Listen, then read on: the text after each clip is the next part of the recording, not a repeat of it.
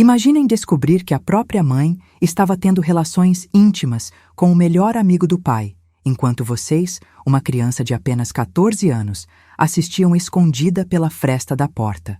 Bom dia, meus queridos, para quem está me ouvindo nesta manhã. Meu nome é Sebastiana Oliveira, mas aqui em Campina Grande, na Paraíba, todo mundo me conhece como Dona Bastiana.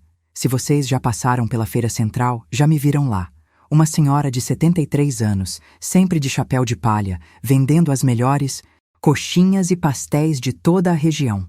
Hoje, resolvi abrir meu coração e contar uma história que guardei como um punhal cravado no peito por mais de 50 anos. Uma história que vai fazer vocês entenderem como uma família inteira pode desmoronar em questão de segundos. Antes de começar a desenterrar essas lembranças dolorosas, quero agradecer cada um de vocês que está aqui, me dando essa oportunidade preciosa de dividir minha vida.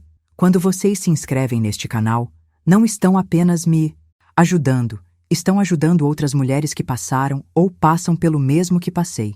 É assim que criamos uma rede de apoio, uma família.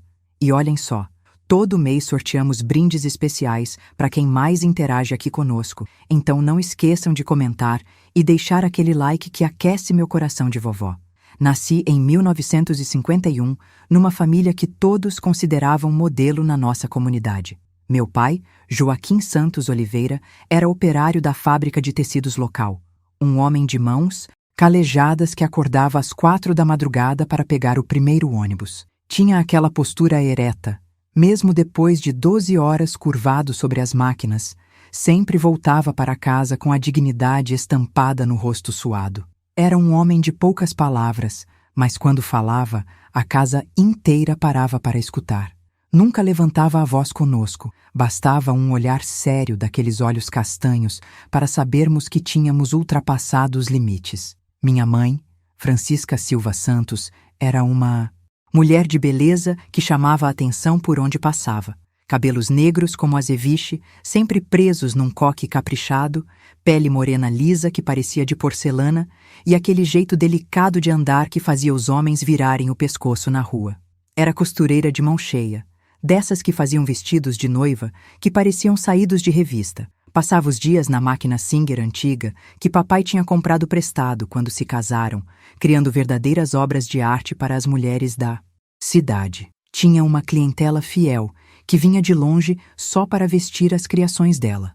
Nossa casa era simples, mas bem cuidada. 4 cômodos pequenos numa rua de paralelepípedo, com uma sala que tinha um sofá de couro rachado, mas sempre limpo. Uma mesa de madeira maciça que papai mesmo tinha feito. E nas paredes, retratos de família em molduras douradas, que mamãe fazia questão de lustrar todo domingo. A cozinha ficava nos fundos, com um fogão a lenha que esquentava a casa inteira nos dias frios. E no quintal, mamãe cultivava pimentão, coentro e tinha umas galinhas que botavam os ovos mais gostosos que já provei na vida. Éramos 4 filhos ao todo. Eu era a mais velha. Depois vinha Antônio com 12 anos, Maria José com 10 e o caçula Raimundo com apenas 7 anos. Como filha mais velha, desde pequena aprendi a cuidar dos irmãos menores, ajudar mamãe com os afazeres da casa, e sempre fui aquela menina responsável que todos elogiavam. Essa Sebastiana vai longe na vida, diziam as vizinhas. Se soubessem o inferno que eu ia viver, talvez não falassem com tanta certeza. Nossa rotina familiar era sagrada como missa de domingo. Papai chegava do trabalho sempre às 6 da tarde.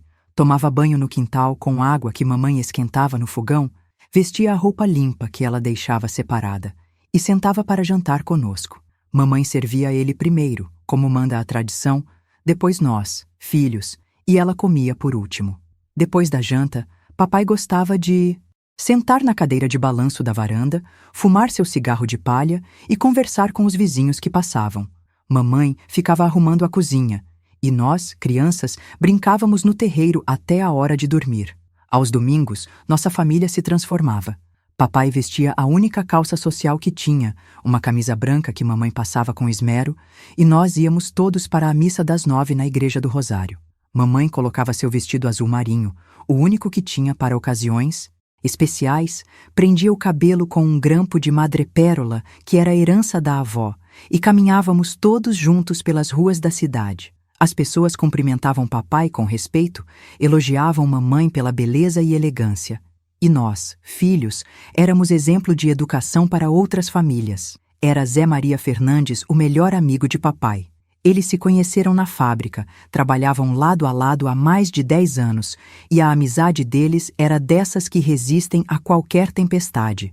Zé Maria era solteiro, morava sozinho numa casa pequena a 3 quadras da nossa e praticamente fazia parte da família. Almoçava conosco aos domingos, sempre trazia presentes para nós, crianças, nos nossos aniversários, e mamãe sempre guardava um prato de comida para ele quando fazia algo especial. Papai confiava nele mais que num irmão.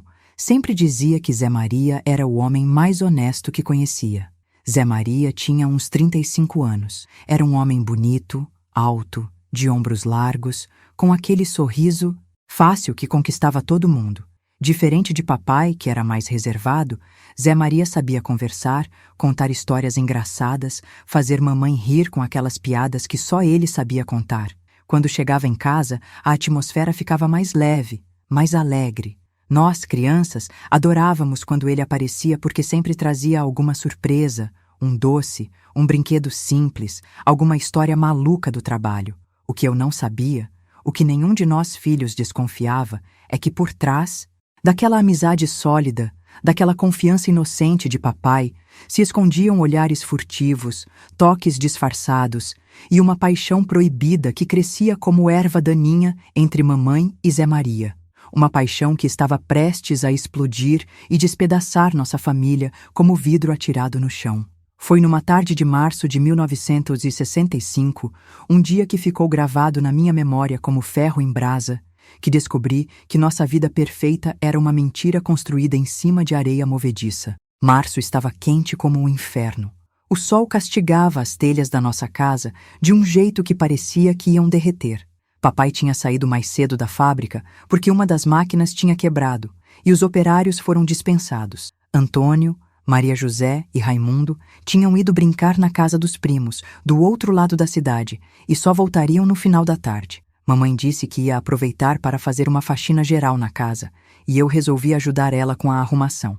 Era por volta das 2 horas da tarde, quando Zé Maria apareceu na nossa porta. Disse que tinha passado na fábrica e soubera que papai tinha saído cedo, que queria saber se ele estava bem. Mamãe explicou que papai tinha ido resolver uns problemas no banco, coisa de empréstimo para consertar o telhado que estava gotejando. Ah, que pena, disse Zé Maria com aquele sorriso dele. Eu trouxe uma garrafa de cachaça boa que consegui com um amigo. Queria dividir com Joaquim. Mamãe, sempre hospitaleira, convidou ele para entrar. Disse que podia esperar papai voltar, que não ia demorar muito. Ofereceu um copo de água gelada para Zé Maria, que aceitou e se sentou na sala. Começaram a conversar sobre coisas corriqueiras, sobre o calor, sobre como a vida estava difícil, sobre os planos que papai tinha de ampliar a casa. Eu estava no quarto arrumando as camas quando ouvi as risadas de mamãe, mais altas que o normal, mais demoradas. Tinha algo diferente naquele riso, uma alegria que eu não reconhecia, uma leveza que ela não demonstrava nem mesmo com papai. Saí do quarto e fui para a cozinha buscar um pano para limpar o guarda-roupa. Quando passei pela sala, vi Zé Maria sentado bem perto de mamãe no sofá, mais perto do que o costume. Eles interromperam a conversa quando me viram.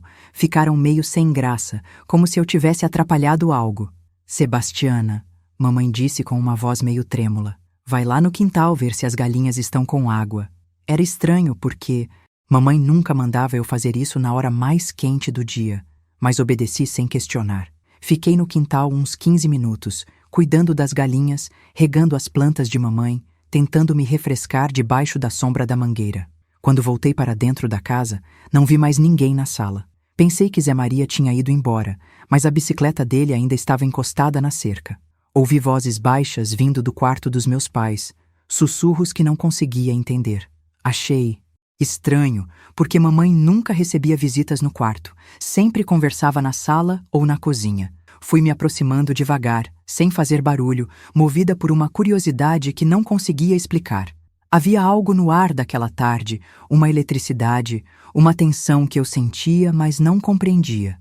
Quando cheguei perto da porta do quarto, que estava entreaberta, O que vi fez meu mundo desabar como casa de cartas num vendaval. Mamãe estava deitada na cama, a mesma cama onde dormia com papai todas as noites, e Zé Maria estava em cima dela, beijando o pescoço dela, sussurrando coisas que não conseguia entender. As mãos dele percorriam o corpo dela por baixo da blusa, e ela gemia baixinho, com os olhos fechados, como se estivesse sentindo o maior prazer do mundo. A saia de mamãe estava levantada, e eu podia ver as pernas dela envoltas na cintura dele, num movimento que meu cérebro de criança não conseguia processar completamente, mas meu coração já sabia que era algo proibido, algo que ia destruir nossa família. Fiquei ali parada, paralisada, como se meus pés tivessem criado raízes no chão. Meu coração batia tão forte que achei que eles fossem ouvir. As lágrimas começaram a escorrer pelo meu rosto sem que eu pudesse controlar. Vi a mamãe, aquela mulher que eu admirava mais que qualquer santa, entregue nos braços do melhor amigo de papai, traindo a confiança do homem que trabalhava feito condenado para sustentar nossa família. Foi quando Zé Maria me viu. Nossos olhos se encontraram por cima do ombro de mamãe, e vi naquele olhar um misto de susto, vergonha e desespero. Ele parou o que estava fazendo, empurrou mamãe gentilmente, sussurrou algo no ouvido dela. Mamãe abriu os olhos, virou a cabeça na minha direção e a expressão no rosto dela foi de puro terror. Ali estava eu, sua filha mais velha, a menina responsável em quem ela sempre confiou, presenciando a maior traição que uma esposa pode cometer. Sebastiana, ela disse, Amir-se, voz saindo fraca, trêmula, tentando se cobrir com a blusa amarrotada. Minha filha, não é o que você está pensando. Mas como não ia ser o que eu estava pensando?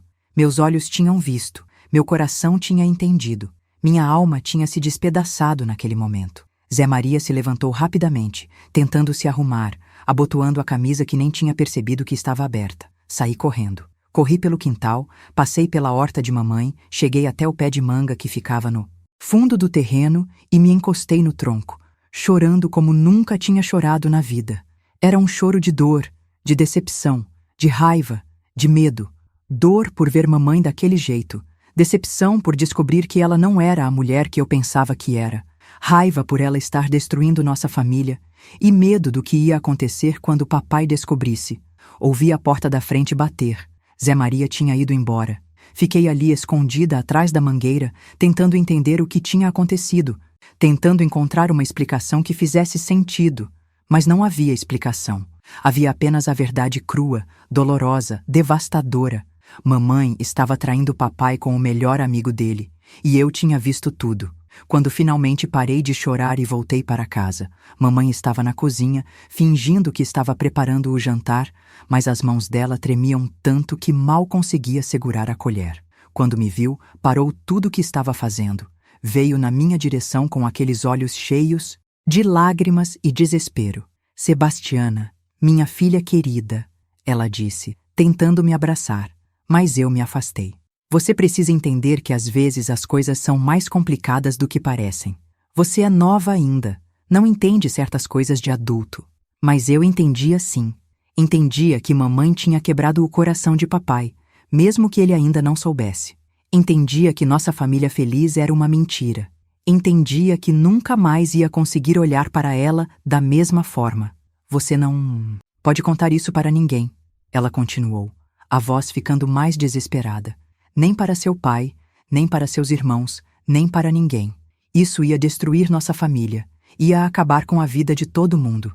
E ali começou o fardo mais pesado que uma criança de 14 anos pode carregar.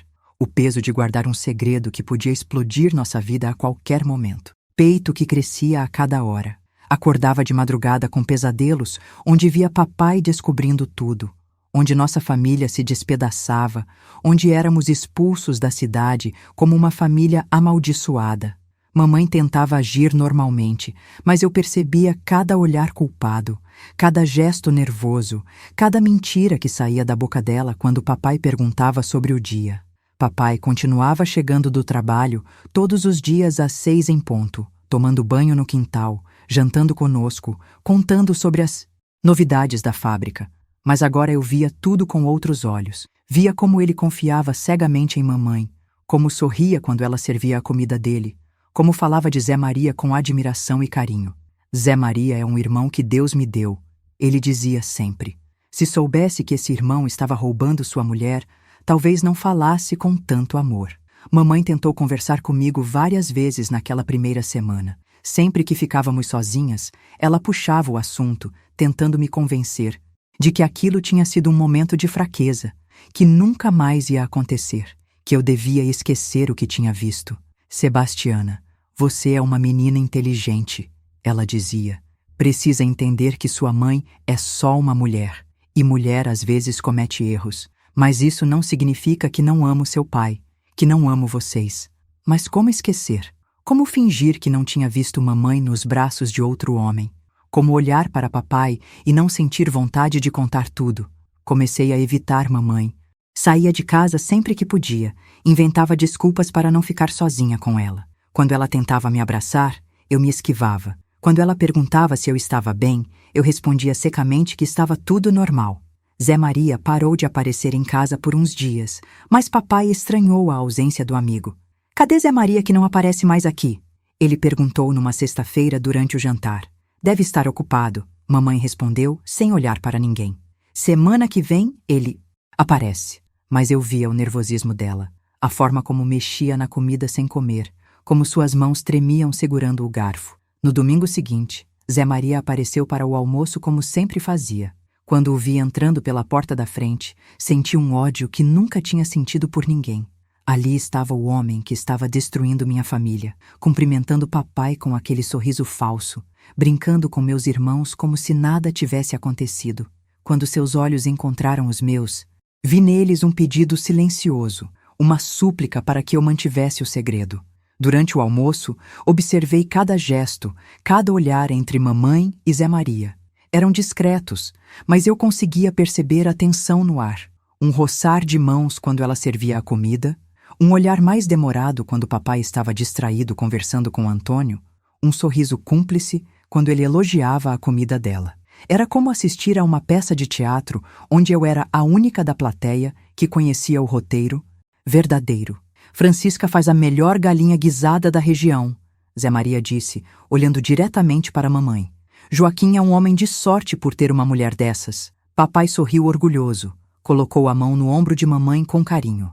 É verdade. Não sei o que seria de mim sem minha Francisca. Eu quase engasguei com a comida. Como eles conseguiam mentir daquele jeito? Como conseguiam olhar para papai e fingir que não havia nada errado? Depois do almoço, enquanto mamãe lavava a louça e papai tirava a soneca de domingo, Zé Maria me chamou no quintal. Sebastiana, ele disse, a voz baixa e urgente. Precisamos conversar. Eu não queria conversar com ele. Não queria ouvir explicações, mas ele insistiu. Você é uma menina muito nova para entender certas coisas. Ele começou. O que aconteceu entre mim e sua mãe foi um momento de fraqueza. Nós não queríamos que acontecesse, mas aconteceu. Às vezes, as pessoas se sentem sozinhas, mesmo estando casadas. Mamãe não.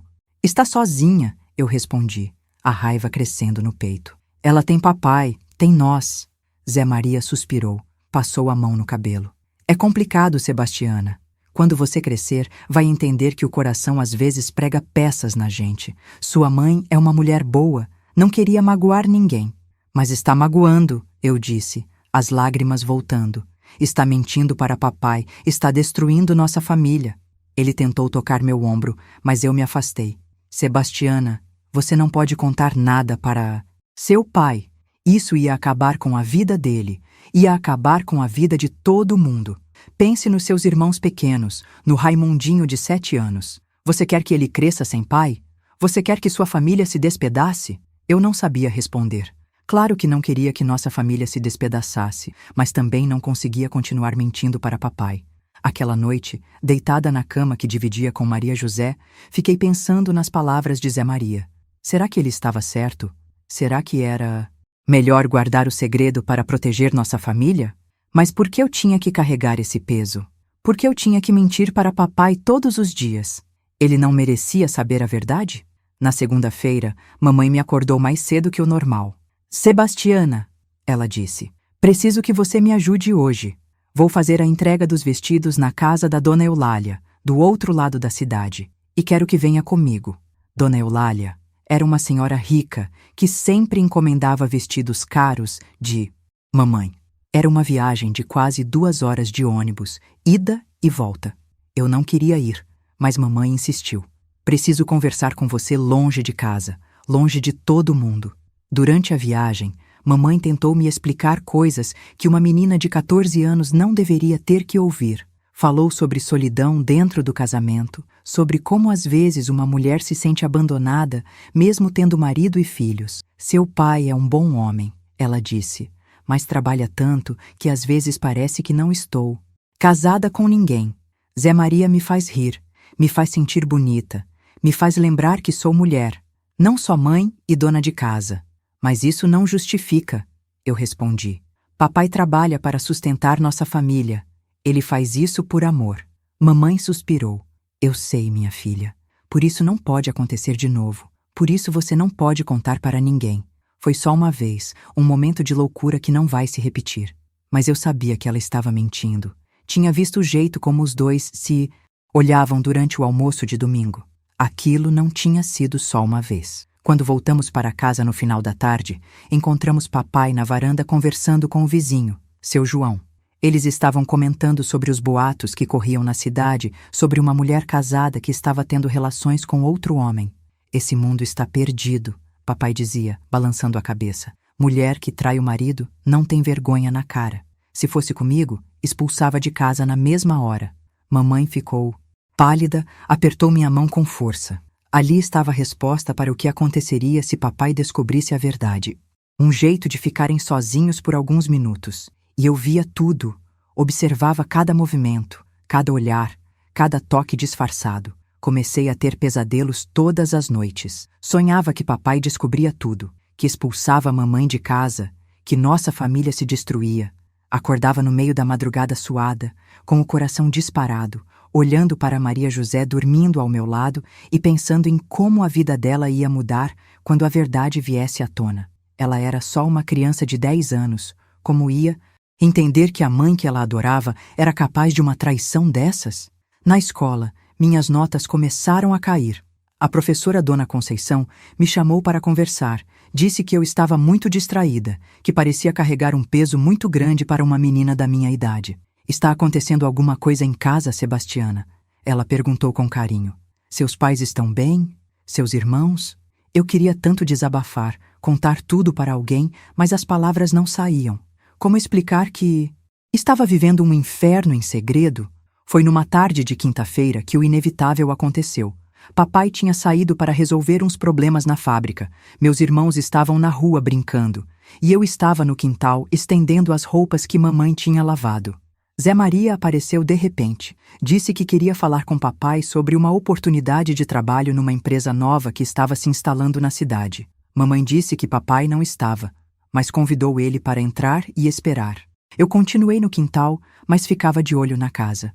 Depois de uns minutos, não ouvi mais as vozes deles na sala. Fui me aproximando da janela dos fundos, aquela que dava para o quarto dos meus pais, e o que vi confirmou meus piores medos. Eles estavam se beijando com uma paixão que nunca tinha visto mamãe demonstrar, nem mesmo com papai.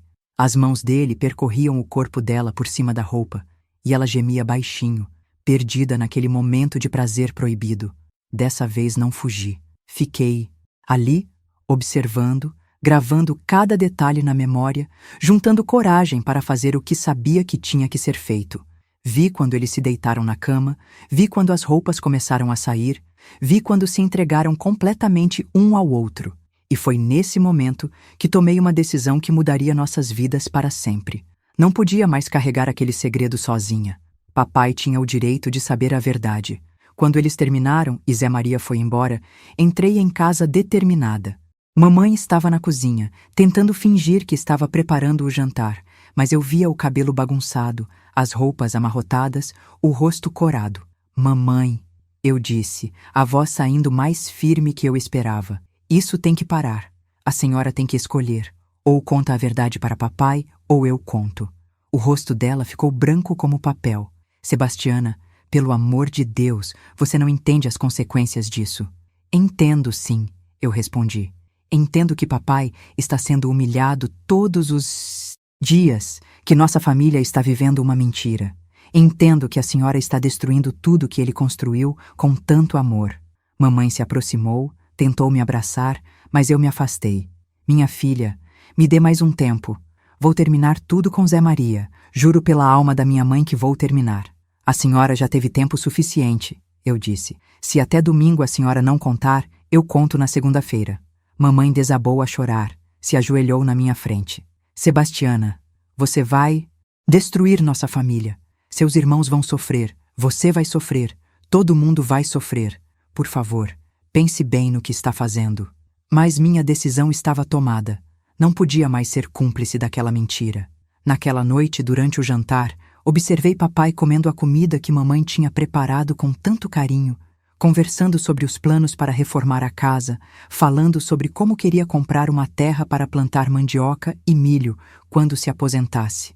Via como ele amava nossa família, como trabalhava duro todos os dias pensando no nosso futuro, e sentia o coração apertar, sabendo que em poucos dias toda aquela felicidade ia desmoronar. Papai, eu disse de repente, sem conseguir me controlar. Todos pararam de comer e olharam para mim. O senhor já imaginou como seria se descobrisse que alguém muito próximo estava traindo sua confiança? Papai me olhou sério. Que pergunta estranha é essa, Sebastiana? Por que você está pensando numa coisa dessas? Mamãe me lançou um olhar de desespero, balançou a cabeça sutilmente, implorando para que eu parasse. É só curiosidade, eu disse tentando disfarçar. Na escola, a gente estava conversando sobre isso. Papai refletiu por um momento. Olha, minha filha, traição é a coisa mais dolorosa que existe, principalmente quando vem de quem a gente mais confia.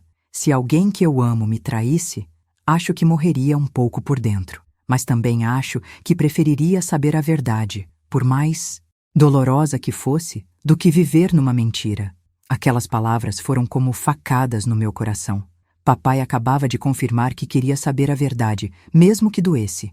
Olhei para a mamãe e vi que ela também tinha entendido o recado. Suas mãos tremiam tanto que mal conseguia segurar o garfo. O resto do jantar passou em silêncio, cada um perdido nos próprios pensamentos. Depois que todo mundo foi dormir, ouvi mamãe chorando no quarto. Era um choro baixinho, abafado, de quem sabia que tinha perdido a guerra. Na manhã seguinte, ela estava com os olhos inchados, a aparência de quem não pregou o olho a noite toda. Durante o café da manhã, me puxou para um canto e sussurrou: Sebastiana, por favor, me dê até domingo. Juro que vou resolver tudo até domingo. Está bem, eu disse, mas se até domingo a senhora não resolver, na segunda-feira eu resolvo. Era sexta-feira. Então ela tinha 2 dias para tomar uma decisão. 2 dias para escolher entre contar a verdade ou ver a filha contar por ela. 2 dias para decidir o destino da nossa família. O final de semana passou como um filme em câmera lenta. Mamãe mal comia, mal falava, vivia como uma alma penada pela casa. Papai perguntou se ela estava doente, ofereceu chamar o médico, mas ela disse que estava apenas cansada. Zé Maria não apareceu. Provavelmente porque mamãe tinha pedido para ele se afastar. Mas eu sabia que aquilo era apenas o silêncio antes da tempestade. Se vocês estão me acompanhando até aqui, deixem um comentário contando. Vocês acham que uma criança de 14 anos deveria contar a verdade para proteger o pai, mesmo sabendo que isso ia despedaçar a família? Vocês fariam o mesmo no meu lugar? Inscrevam-se no canal porque vocês estão me ajudando a chegar em mais pessoas que talvez precisem ouvir histórias como essa. Vocês fazem parte dessa família que está se formando aqui e toda semana tem novidades para quem faz parte da nossa comunidade. Domingo. E mamãe não tinha contado nada. Durante a missa das 9, ela ficou o tempo todo de cabeça baixa, como se estivesse pedindo perdão pelos pecados que tinha cometido. Papai cantava os hinos com aquela voz bonita que ele tinha, segurava a mão dela durante as orações, e eu via como ela tremia a cada toque dele. Após a missa, no caminho para casa, papai comentou sobre a homilia do padre, que tinha falado sobre honestidade no casamento. Padre Antônio sempre fala coisas importantes, ele disse. Casamento sem honestidade não é casamento, é farsa.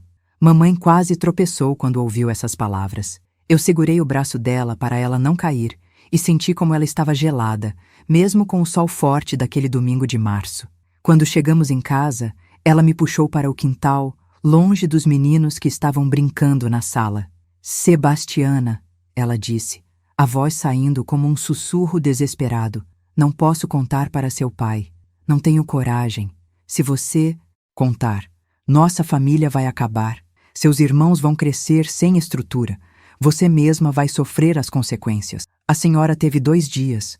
Eu respondi, sentindo uma tristeza profunda no peito. Agora não posso mais mentir para papai. Ele merece saber a verdade. Mamãe se ajoelhou no chão de terra do quintal, agarrou minha saia como se fosse uma criança desesperada. Pelo amor de Deus, minha filha, tenha piedade da sua mãe. Tenha piedade dos seus irmãos. Não destrua nossa família. Mas minha decisão estava tomada há dias. Não podia mais ser cúmplice daquela mentira que estava corroendo nossa vida por dentro. Na segunda-feira de manhã, esperei papai terminar o café e se preparar para ir trabalhar. Quando ele estava saindo, corri atrás dele. Papai, eu disse, o coração batendo como tambor de festa junina. Preciso falar uma coisa importante com o senhor. Ele parou na porta, me olhou preocupado. O que foi, minha filha? Aconteceu alguma coisa? Respirei fundo, juntei toda a coragem que tinha no peito. Papai, a senhora sabe que eu amo muito o senhor e sempre vou estar do lado do senhor, não é? Ele ficou mais preocupado ainda. Claro que sei, Sebastiana. Você é minha filha mais velha, meu braço direito. Fala logo o que está acontecendo. Papai, eu disse, sentindo as lágrimas queimarem meus olhos. Mamãe está tendo relações com Zé Maria. As palavras saíram de uma vez, como se tivessem sido empurradas para fora da minha garganta. Papai ficou parado, olhando para mim como se não tivesse entendido o que eu tinha falado. Como é que é, Sebastiana? Que conversa é essa? Sua voz saiu baixa, mas eu senti o perigo escondido ali embaixo, como uma cobra pronta para dar o bote. Eu vi, papai. 2 vezes eu vi eles juntos na cama do senhor. Eles estavam se beijando, estavam tendo relações íntimas. Eu tentei fingir que não tinha visto. Mamãe me pediu para não contar, mas não posso mais mentir para o senhor. Papai continuou me olhando, mas agora seu rosto estava mudando de cor, ficando vermelho como tomate maduro. As mãos dele começaram a tremer e vi aquelas veias do pescoço saltarem como cordas esticadas. Você tem certeza absoluta do que está me falando, Sebastiana? A voz dele saiu controlada, mas eu conhecia meu pai bem demais para saber que uma tempestade estava se formando por dentro. Tenho certeza, papai. Eu não inventaria uma coisa dessas. Eu vi com meus próprios olhos. Ele ficou em silêncio por um tempo que pareceu durar horas. Depois, sem dizer uma palavra, entrou de volta para casa. Ouvi ele chamando mamãe para a sala. Sua voz ecoou pela casa toda. Francisca, venha aqui agora. Mamãe apareceu da cozinha, secando as mãos no avental, ainda sem entender o que estava acontecendo. Quando viu a expressão no rosto de papai, parou no meio da sala, como se tivesse levado um tiro. Joaquim, ela disse, a voz já trêmula. O que foi? Por que essa cara? Senta aí, papai disse, apontando para o sofá.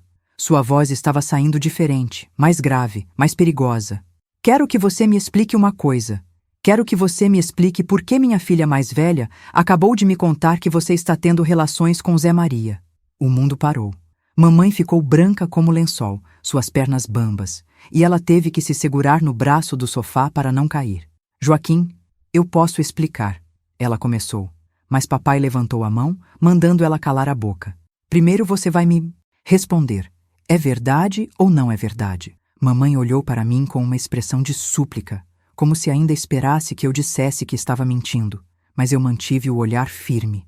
Ela tinha tido a chance de contar a verdade e não teve coragem.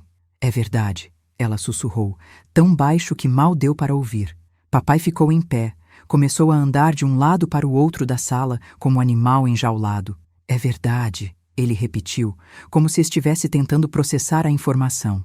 Minha mulher, mãe dos meus filhos, está tendo relações com o meu melhor amigo, na minha própria cama, na cama onde dormimos juntos há 15 anos. Joaquim, me deixa explicar. Mamãe tentou de novo, as lágrimas já escorrendo pelo rosto. Foi um momento de fraqueza. Não significa nada. Eu amo você. Amo nossa família. Papai parou de andar, Se virou para ela com um olhar que nunca tinha visto antes. Era um olhar de ódio puro, de desprezo, de dor profunda. Não significa nada? Ele disse, a voz subindo de tom. Você destruiu nossa família, humilhou nosso casamento, traiu minha confiança e ainda diz que não significa nada? Foi nesse momento que Antônio, Maria José e Raimundo apareceram na sala, atraídos pela gritaria. Eles ficaram ali parados, sem entender o que estava acontecendo, vendo papai com aquela cara de fúria e mamãe chorando desesperadamente. Crianças, papai disse tentando controlar a voz. Vão brincar no quintal? Agora? Mas eles não saíram. Ficaram ali, assustados, sentindo que algo terrível estava acontecendo. 15 anos de casamento, papai continuou, agora falando mais alto. 15 anos trabalhando feito condenado para sustentar esta família, para dar o melhor para vocês, para construir uma vida digna. E você me paga com traição, me paga dormindo com meu melhor amigo. Mamãe estava soluçando, tentava se aproximar dele, mas papai se afastava como se ela tivesse alguma doença contagiosa. Joaquim, por favor, vamos conversar com... Calma, ela implorava. Pensa nas crianças, pensa na nossa família. Papai deu uma gargalhada amarga, sem nenhuma alegria. Agora você quer pensar nas crianças? Onde estava esse pensamento quando estava na cama com Zé Maria? Onde estava esse amor pela família quando estava traindo minha confiança? Foi quando ele se virou para mim. Sebastiana, há quanto tempo você sabe disso? Umas 3 semanas, papai. Eu respondi, sentindo o peso da culpa nos meus ombros. Eu tentei não contar. Tentei dar uma chance para a mamãe parar, mas ela não parou. Papai balançou a cabeça, passou a mão pelo cabelo. 3 semanas. Minha filha de 14 anos carregou esse peso por 3 semanas para me proteger, enquanto minha própria mulher continuava me traindo todos os dias. Mamãe olhou para mim com uma raiva que nunca tinha visto nela. Você destruiu nossa família, ela disse, a voz carregada de rancor. Você acabou com a vida de todo mundo, mas papai se colocou na minha frente. Não, quem destruiu nossa família foi você. Sebastiana fez o que tinha que fazer. Ela me protegeu, foi leal comigo. Você é que foi desleal, você é que destruiu tudo. Naquele momento, ouvimos uma batida na porta.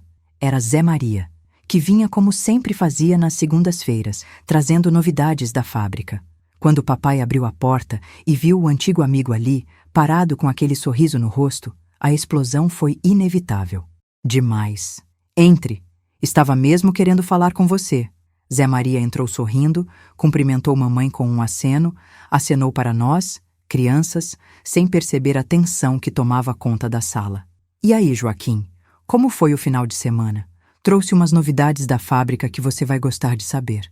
Papai fechou a porta atrás dele, trancou a chave, e Zé Maria finalmente percebeu que algo estava errado. Que novidades você tem para me dar, Zé Maria? Papai perguntou, se aproximando. Devagar. Tem alguma novidade sobre minha mulher? Sobre minha cama? Sobre minha família que você anda destruindo? O sorriso sumiu do rosto de Zé Maria como fumaça no vento. Ele olhou para a mamãe, que estava encostada na parede chorando. Depois olhou para mim e entendeu que o segredo tinha sido revelado. Joaquim, ele começou, tentando manter a calma. Eu posso explicar tudo. Papai deu um passo na direção dele. Explicar o quê? Como você traiu minha confiança? Como você dormiu com minha mulher na minha própria cama? Como você destruiu uma amizade de 10 anos? Zé Maria tentou recuar, mas estava encurralado entre papai e a parede. Foi um erro, Joaquim. Um momento de fraqueza que saiu do controle. Momento de fraqueza? Papai repetiu, a voz subindo de tom. Minha filha viu vocês juntos várias vezes. Isso não é momento de fraqueza, isso é traição planejada, é safadeza pura. E foi aí que papai perdeu completamente o controle. Avançou para cima de Zé Maria com uma fúria que eu nunca tinha visto. O primeiro soco pegou no rosto dele, que cambaleou e bateu contra a parede. O segundo pegou na barriga, fazendo ele se dobrar de dor. Papai, não! Eu gritei, tentando me aproximar, mas Antônio me segurou. Meus irmãos menores começaram a chorar, assustados com a violência que tinham acabado de presenciar. Mamãe tentou intervir, mas papai a empurrou para longe. Você fica quieta aí. Você já fez estrago demais. Zé Maria estava no chão agora, tentando se proteger dos pontapés que papai descarregava nele. 15 anos de amizade. Papai gritava entre os golpes. 15 anos confiando em você como irmão. Você comia na minha mesa, brincava com meus filhos e me traía pelas costas. Zé Maria conseguiu se levantar, tentou revidar, mas papai estava possuído de uma raiva que o tornava mais forte que o normal. Eles se agarraram, rolaram pelo chão da sala, derrubando a mesa, quebrando um vaso que mamãe estimava muito. Os vizinhos começaram a aparecer, atraídos pela gritaria. Seu João foi o primeiro a entrar, tentou separar os dois homens que se batiam como animais selvagens. Joaquim, para com isso, vão acabar se matando. Mas papai não ouvia ninguém. Estava extravasando meses de humilhação silenciosa, anos de confiança traída, a dor de descobrir que as duas pessoas em quem mais confiava no mundo tinham conspirado contra ele. Quando finalmente conseguiram separar os dois, Zé Maria estava com o rosto ensanguentado, a roupa rasgada, mal conseguia ficar em pé. Papai também estava machucado, mas a raiva ainda queimava nos olhos dele como brasas acesas. Sai da minha casa, ele disse, apontando para a porta. Sai da minha casa e nunca mais apareça na minha frente. Se eu te vir na rua, eu te acabo. Zé Maria tentou dizer alguma coisa, mas papai avançou de novo e ele saiu correndo, tropeçando, deixando rastros de sangue pelo chão da sala. E você? Papai se virou para mamãe, que estava encolhida num canto, tremendo como folha no vento. Junta suas coisas e sai também. Não quero mais ver sua cara nesta casa. Mamãe se ajoelhou no chão, agarrou as pernas dele. Joaquim, por favor, pensa nas crianças. Onde vou morar? Como vou me sustentar? Deveria ter pensado nisso antes de abrir as pernas para meu amigo. Papai disse, as palavras saindo cortantes como navalha. Agora não é problema meu. Procura seu amante, vê se ele te sustenta. Os vizinhos ficaram chocados com aquelas palavras. Dona Maria, que morava na casa ao lado, tentou interceder. Joaquim, pelo amor de Deus, não expulse a mãe das crianças assim. Vocês podem conversar, resolver as coisas. Não tenho o que resolver, papai respondeu, firme. Mulher que trai marido não tem mais lugar na minha casa. Ela fez a escolha dela, agora aguenta as consequências. Mamãe continuava chorando, implorando, prometendo que nunca mais ia ver Zé Maria, que ia ser a melhor esposa do mundo. Mas papai não ouvia. A traição tinha matado o amor que ele sentia por ela, tinha destruído qualquer possibilidade de perdão. Nós, crianças, ficamos assistindo àquela destruição sem entender direito o que estava acontecendo. Raimundo, de apenas 7 anos, não parava de chorar. Maria José agarrava minha mão, perguntando baixinho se papai e mamãe iam se separar. Antônio, tentando ser homem mesmo com apenas 12 anos, ficava em pé ao lado de papai, como se estivesse se posicionando na guerra que tinha começado. As crianças ficam comigo, papai disse. Você pode ir embora, mas meus filhos ficam. Não vou deixar eles serem criados por uma mulher sem vergonha. Mamãe se levantou, desesperada. Joaquim, você não pode me separar dos meus filhos. Eles são meus também. Papai a olhou com desprezo. Mulher que trai o marido não merece ter filhos. Você escolheu Zé Maria. Agora vive com ele. Foi Dona Maria quem sugeriu que mamãe pelo menos passasse a noite em casa, que no dia seguinte procurasse um lugar para ficar. As crianças já sofreram demais hoje, ela disse. Deixa elas dormirem em paz pelo menos mais uma noite. Papai concordou, mas deixou claro que na manhã seguinte queria mamãe fora de casa. E não pense em levar nada que não seja seu. Tudo que tem nesta casa foi comprado com meu suor. Naquela noite foi a mais triste da nossa vida. Mamãe arrumou suas poucas roupas numa mala velha, guardou algumas fotos dos filhos e ficou sentada na cama, chorando até o amanhecer.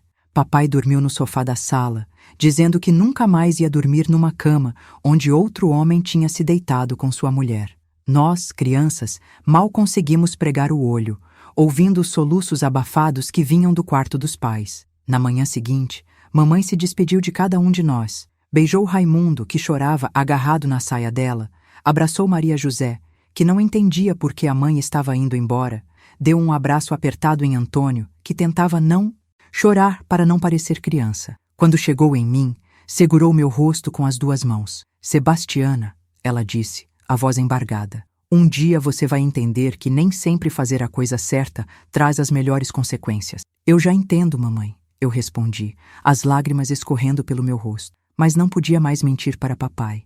Ele não merecia viver numa mentira. Ela me abraçou forte, sussurrou no meu ouvido: cuida dos seus irmãos. Agora você é a mulher desta casa. E saiu, carregando a mala velha, deixando para trás 15 anos de vida em família, 4 filhos que amava e um marido que tinha perdido para sempre. Papai ficou na porta, vendo ela se afastar pela rua. Quando ela virou a esquina e sumiu de vista, ele entrou, fechou a porta e nossa nova vida começou. Uma vida sem mãe, uma vida marcada pela traição, uma vida que eu tinha ajudado a criar com minha decisão de contar a verdade. Nossa vida. Papai tentava fazer o papel de pai e mãe ao mesmo tempo, mas um homem que trabalhava 12 horas por dia na fábrica não conseguia cuidar de 4 filhos sozinho.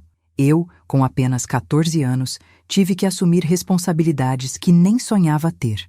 Acordava às 5 da manhã para fazer o café, preparar o almoço para papai levar para o trabalho, arrumar Raimundo e Maria José para ir à escola, lavar, passar, cozinhar, limpar a casa. Raimundo era quem mais sofria com a ausência de mamãe. Todas as noites chorava pedindo por ela, perguntando quando ela ia voltar para casa. Papai, ele perguntava sempre, por que mamãe foi embora? Ela não gosta mais da gente? Papai não sabia como explicar para uma criança de 7 anos que a mãe tinha cometido um erro terrível, que tinha quebrado a família. Sempre dizia que mamãe tinha ido viajar, que talvez voltasse um dia, mas eu via no olhar dele que ele não acreditava nas próprias palavras. Maria José, aos 10 anos, começou a fazer xixi na cama todas as noites. Era o jeito que o corpo dela encontrou de processar a dor da separação. Eu lavava os lençóis todos os dias, tentava consolá-la, mas como consolar uma criança que não entendia por que a família tinha se despedaçado de uma hora para outra? Antônio, tentando ser o homem da casa, ficou mais sério, mais calado, ajudava papai no que podia, mas eu via que por dentro ele estava destroçado também. A cidade inteira ficou sabendo da separação em poucos dias. Numa cidade pequena como a nossa, escândalos assim viravam assunto de todo mundo. Na feira, no mercado, na igreja, as pessoas cochichavam quando passávamos. Algumas demonstravam apoio a papai, diziam que ele tinha feito certo expulsando uma mulher adúltera de casa. Outras achavam que ele tinha sido muito duro, que deveria ter perdoado por causa das crianças. Mas todas tinham opinião sobre nossa tragédia familiar. Na escola, meus irmãos começaram a sofrer bullying. As crianças diziam coisas cruéis sobre mamãe, repetiam coisas que ouviam em casa dos pais. Sua mãe é vagabunda, gritavam para Maria José no recreio. Seu pai expulsou ela porque ela estava com outro homem. Falavam para Raimundo que chegava em casa chorando, sem entender direito o que significavam aquelas palavras. Eu tinha que consolar meus irmãos, explicar que as pessoas eram cruéis quando não entendiam as situações, mas por dentro também estava sangrando. Papai mudou completamente depois da separação. O homem alegre que cantarolava pela manhã, que brincava conosco nos finais de semana, tinha virado uma pessoa amarga, sisuda, que trabalhava ainda mais para não ter tempo de pensar. Chegava em casa cansado demais para conversar, jantava em silêncio e depois ficava na varanda fumando um cigarro atrás do outro. Às vezes eu ouvia ele chorando baixinho no quarto quando achava que estávamos dormindo. 2 meses depois da separação, soubemos que mamãe estava morando na casa de uma prima distante, do outro lado da cidade. Trabalhava numa fábrica de sapatos, ganhando muito pouco, vivendo de favor num quartinho nos fundos da casa da prima. Algumas vizinhas que tinham pena dela vinham contar para papai como ela estava magra, como parecia ter envelhecido 10 anos em 2 meses. Mas papai não demonstrava nenhuma compaixão. Está colhendo o que plantou, era tudo o que dizia. Zé Maria tinha sumido da cidade logo depois da briga. Diziam que tinha ido embora para São Paulo, que estava trabalhando na construção civil, que nunca mais tinha dado notícias. A traição tinha custado caro para ele também.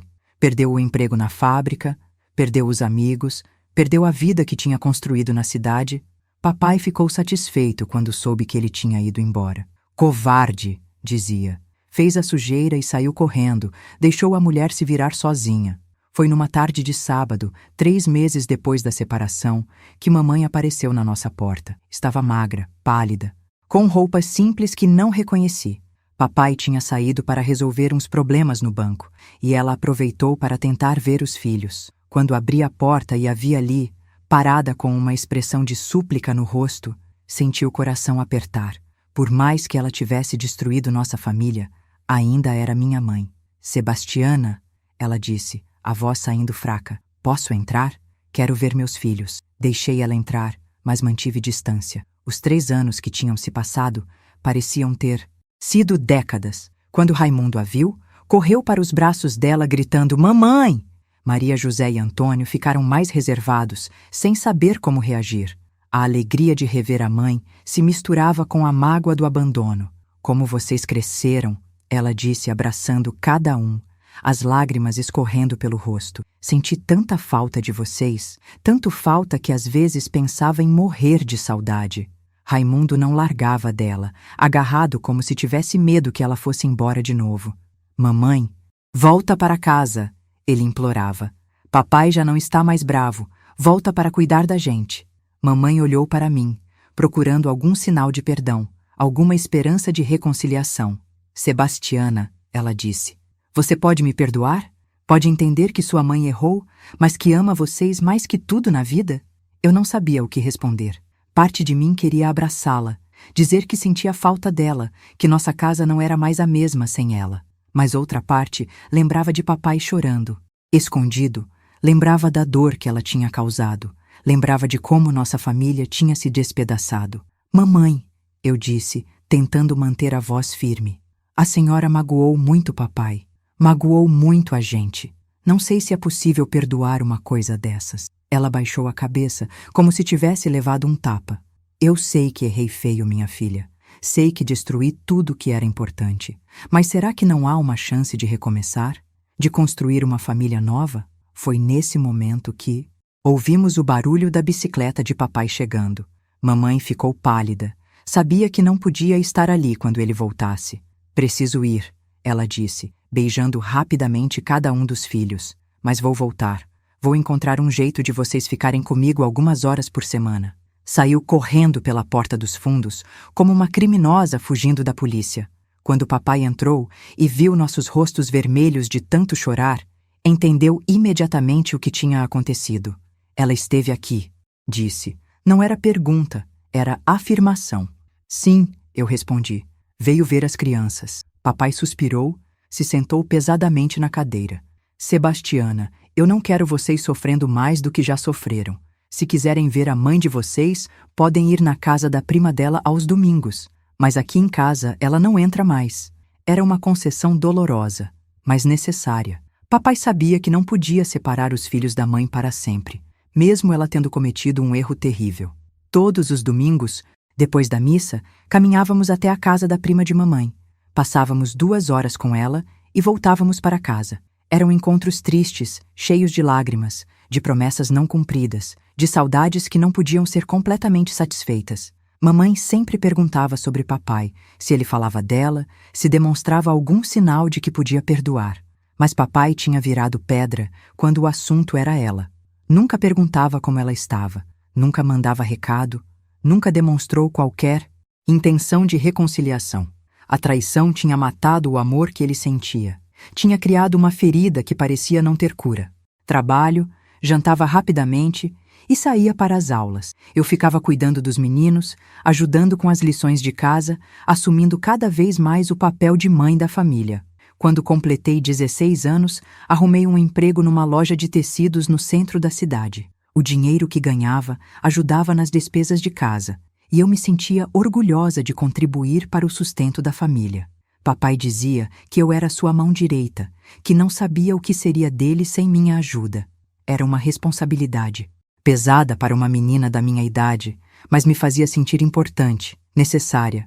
Antônio, aos 14 anos, tinha se tornado um rapaz sério demais para a idade. Ajudava papai sempre que podia, trabalhava nas férias escolares para trazer dinheiro para casa e raramente falava sobre mamãe. Era como se tivesse decidido que nossa família agora era apenas nós 4 e papai. Maria José, aos 12 anos, ainda tinha pesadelos com a separação dos pais, mas estava aprendendo a viver com a nova realidade. Raimundo, Aos 9 anos, era quem mais sentia falta de mamãe. Sempre perguntava quando ela ia voltar para casa. Mamãe continuava morando na casa da prima, trabalhando na fábrica de sapatos, vivendo uma vida humilde e solitária.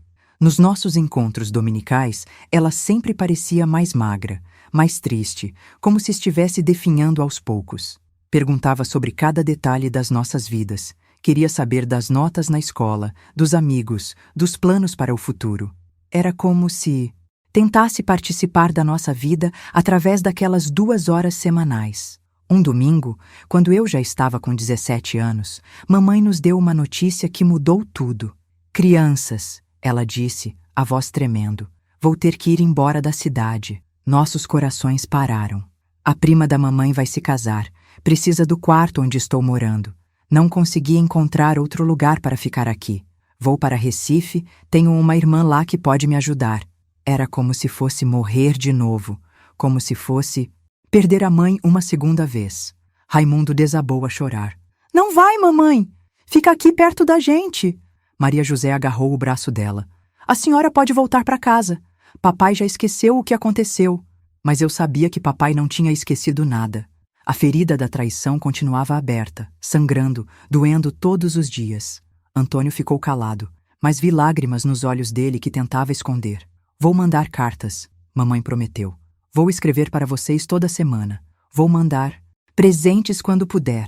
E um dia, quando conseguir me estabelecer lá, vocês podem ir me visitar. Mas sabíamos que cartas não eram a mesma coisa que abraços, que presentes não substituíam a presença dela nas nossas vidas. Era mais uma consequência da decisão que ela tinha tomado anos atrás, mais um preço que nossa família pagava pela traição. Quando contamos para papai que mamãe ia embora para Recife, ele não demonstrou nenhuma emoção. É melhor assim, foi tudo que disse. Agora, vocês podem se concentrar na vida de vocês, sem ficar sofrendo toda semana. Mas eu via que, por baixo daquela aparente frieza, havia um homem que também estava sofrendo. Papai nunca mais se interessou por nenhuma mulher. Nunca mais falou em se casar novamente. A traição de mamãe tinha envenenado qualquer possibilidade de ele confiar em alguém de novo. Mamãe foi embora numa manhã de terça-feira, levando apenas 2 malas velhas e o coração despedaçado. Não quisemos ir nos despedir na rodoviária porque seria doloroso demais. Ela passou em casa na noite anterior, abraçou cada um de nós como se fosse a última vez e disse que nos amava mais que a própria vida. Perdoem sua mãe, foram suas últimas palavras. Um dia vocês vão entender que o coração às vezes prega peças terríveis na gente. As cartas chegavam toda semana, como ela tinha prometido. Contava sobre Recife, sobre o emprego numa fábrica de roupas que tinha conseguido, sobre o quartinho humilde onde morava. Mandava um pouquinho de dinheiro quando podia, sempre pedindo notícias nossas, sempre dizendo que sentia uma saudade que doía no peito. Mas com o tempo, as cartas foram ficando mais espaçadas. O dinheiro parou de chegar e a distância foi criando um abismo entre nós. Quando completei 19 anos, conheci Valdemar Santos, um rapaz 2 anos mais velho que trabalhava na oficina mecânica perto da loja onde eu trabalhava. Era um homem diferente de papai, mais carinhoso, mais demonstrativo, que me tratava como uma princesa. Namoramos por 2 anos, e ele pediu minha mão em casamento quando completei 21 anos. Papai aprovou o rapaz, disse que eu merecia ser feliz, que tinha sido uma filha exemplar e merecia construir minha própria família. Nos casamos numa cerimônia simples na igreja, apenas com parentes próximos e amigos. Mamãe não estava presente, claro. Tinha mandado uma carta dizendo que não podia vir, mas que estava rezando pela minha felicidade. Foi papai quem me levou ao altar, com lágrimas nos olhos, orgulhoso da filha que tinha criado. Você foi minha salvação, ele sussurrou no meu ouvido. Sem você, eu não teria conseguido reconstruir esta família. Mudei para a casa de Valdemar, mas continuei visitando papai e meus irmãos todos os dias. Antônio, aos 16 anos, tinha se tornado o braço direito de papai. Maria José, aos 14, estava se transformando numa moça bonita e inteligente. Raimundo, aos 11, já não falava mais tanto sobre mamãe, como se tivesse aceito que ela não fazia mais parte das nossas vidas. Aos 22 anos, tive meu primeiro filho, João. Foi uma alegria imensa colocar aquele neto nos braços de papai, ver como ele se derretia de amor pela criança. Agora nossa família está crescendo de novo, ele disse beijando a testa do bebê. Agora temos futuro para comemorar, não passado para lamentar. 2 anos depois veio minha filha Ana, e papai se tornou o avô mais babão do mundo. Mamãe nunca conheceu meus filhos, pessoalmente. Mandei fotos pelos correios, escrevi cartas contando sobre os netos, mas a distância e o tempo tinham criado uma separação que parecia definitiva. Ela morreu em Recife quando eu tinha 28 anos, de câncer no pulmão, sozinha num hospital público. Soubemos da morte 2 semanas depois, quando uma vizinha dela mandou uma carta contando o que tinha acontecido. Papai não quis ir ao enterro. Ela fez suas escolhas, disse. Agora que descanse em paz. Mas eu vi que, apesar de toda a mágoa, ele também chorou quando soube da morte dela. Afinal, tinha sido a mulher que ele amou por 15 anos, a mãe dos seus filhos, uma parte importante da vida dele que tinha se perdido para sempre. Hoje, aos 73 anos, olhando para trás, entendo que aquela decisão que tomei aos 14 anos mudou o destino de toda a nossa família. Não sei se fiz certo ou errado ao contar a verdade para papai. Sei que nossa família se despedaçou, mas também sei que papai não merecia viver numa mentira. Sei que mamãe morreu longe dos filhos, mas também sei que foi consequência das escolhas que ela fez. Criei meus filhos sempre falando sobre honestidade, sobre a importância da verdade nos relacionamentos. Hoje tenho 7 netos lindos, uma família unida e um casamento de 40 anos com Valdemar, baseado em amor e respeito mútuos. Papai morreu há 15 anos, aos 82 anos, cercado dos filhos e netos, em paz com a vida que reconstruiu após a tempestade. A vocês que me ouviram até aqui, que fizeram parte desta jornada comigo, só posso dizer, inscrevam-se neste canal porque vocês são parte desta família que estamos construindo juntos. Compartilhem suas próprias histórias nos comentários, contem o que aprenderam, digam se fariam diferente no meu lugar. Às vezes, as histórias mais dolorosas são as que mais nos ensinam sobre a vida, sobre o amor, sobre o valor da verdade. A vida me ensinou que algumas feridas nunca cicatrizam completamente, mas que é possível reconstruir, é possível encontrar felicidade depois da tempestade. Que cada um de vocês encontre força nas suas próprias lutas, coragem para enfrentar suas verdades e sabedoria para escolher o caminho certo, mesmo quando dói no coração.